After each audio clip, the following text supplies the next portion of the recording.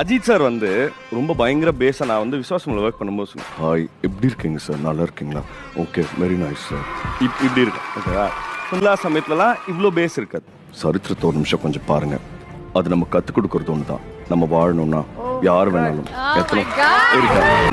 வாலி சமயத்தில் வந்து அவருக்கு பேஸா இருக்காது வாய்ஸ், ரொம்ப அது ரொம்ப கியூட்டா இருக்கும். உங்க புக்ல டென்ஷன் வேணான்னு நான் எழுதி வைக்கலையே.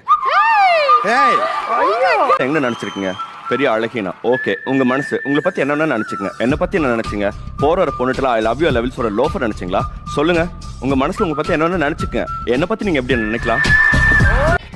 ரவி, நீ லைஃப்ல செட் ஆகணும்னா அந்த பையன் பிரச்சனையை தோட விட்டுரு.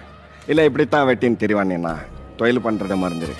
ஒருத்தனை பிடிக்கல இல்லை கோவத்துக்காகலாம் வெட்டி நினைக்கக்கூடாதுரா. தொழிலுக்காக செய்யறியா செய், ஏன்னா அது தொழில். நீ என் கையில் பண்ணுற வேலையெல்லாம் அவுட் கையில் பண்ணின்னு இருந்தான்னு வச்சுக்கோ, அவன் என் தம்பின்லாம் பார்க்க மாட்டான், அறுத்து போட்டு போயின்னு இருப்பான். பார்த்து நான்